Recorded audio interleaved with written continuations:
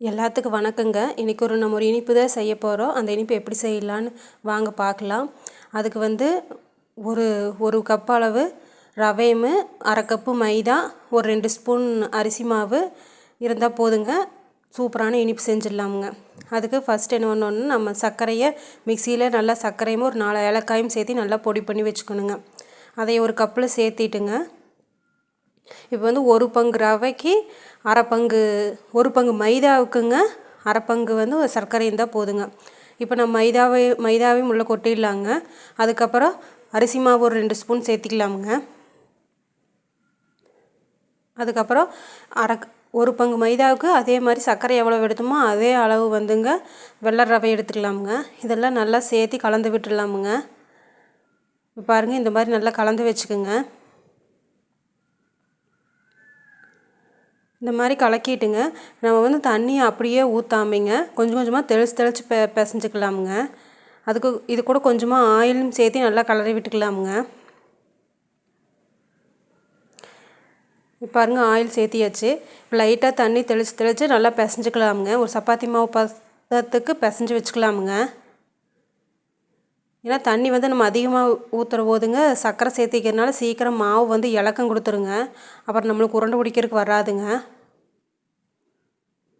இப்போ பாருங்கள், நல்லா பிசைஞ்சாச்சுங்க. கொஞ்சம் கொஞ்சமாக தெளித்து நல்லா பிசைஞ்சுக்குங்க.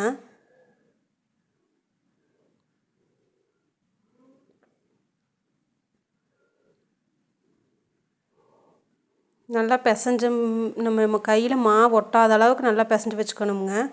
லைட்டாக தெளித்து பிசைகிற போது இந்த மாதிரி கையிலேயே நம்மளுக்கு மாவை ஒட்டாத அளவுக்கு எல்லாம் ஒன்று சேர்ந்து வந்துடுங்க.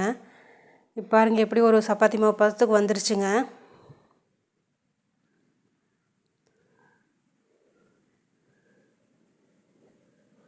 இது நம்மளுக்கு என்ன சேஃப் வேணுமோ அந்த சேஃபில் எண்ணெயில் போட்டு எடுத்துக்கலாமுங்க. ஒரு 10 நிமிஷம் நல்லா ஊறட்டுமுங்க. இப்போ பாருங்கள், நல்லா 10 நிமிஷம் நல்லா ஊறிடுச்சுங்க. மறுபடியும் ஒரு பிசைஞ்சு விட்டுட்டுங்க. நமக்கு தேவையான மாவு எடுத்து உருண்டை பிடிச்சிக்கலாமுங்க. நம்மளுக்கு எப்படி சைஸ் வேணுமோ அந்த சைஸில் உருண்டை பிடிச்சிக்கலாமுங்க. பாருங்கள், இப்படி குட்டி குட்டியாக உருண்டை பிடிச்சி வச்சுக்கலாமுங்க. நம்மளுக்கு இந்த மாதிரி தட்டையாக வேணுனாலும் இப்படி தட்டி ஏன்னாச்சும் ஒரு சேஃபோ டிசைனோ வேணால் இப்படி போட்டு பொரிக்கலாமுங்க. ஆனால் நாங்கள் இன்றைக்கி உருண்டையாக பிடிச்சி தான் போட்டோமுங்க. எண்ணெய் நல்லா ஒரு மிதமான சூட்டில் இருக்கிற போதுங்க ஒவ்வொரு உருண்டையாக உள்ளே எடுத்து போட்டுக்கலாமுங்க. ஒரு 7-8 நிமிஷம் வெந்தாலே போதுங்க, நல்லா வெந்துருமுங்க. உள்ளே ஓட்டு ஒரு 2-3 நிமிஷம் கழிச்சதுக்கப்புறம் லைட்டாக திருப்பி விடுங்க. இல்லாட்டி அப்படியே போய் பிடிச்சிக்குமுங்க. எண்ணெய்க்குள்ளே போய் அப்படியே அப்பி நின்றுங்க. ஒரு 2-3 நிமிஷம் கழிச்சதுக்கப்புறம் லேசாக ஒவ்வொன்றா திருப்பி விட்டிங்கன்னா போதுங்க.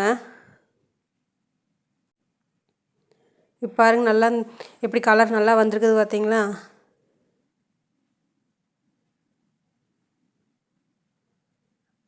அவ்வளோதானுங்க. நமக்கு இனிப்பு சாப்பிடணும் போல் இருந்துச்சுன்னா ஒரு 10 நிமிஷத்தில் சூப்பரான ஒரு இனிப்பு ரெடி ஆயிருங்க.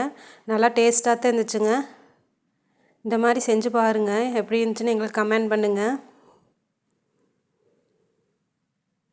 எங்கள் சேனல் பிடிச்சிருந்தால் சப்ஸ்கிரைப் பண்ணுங்கள்.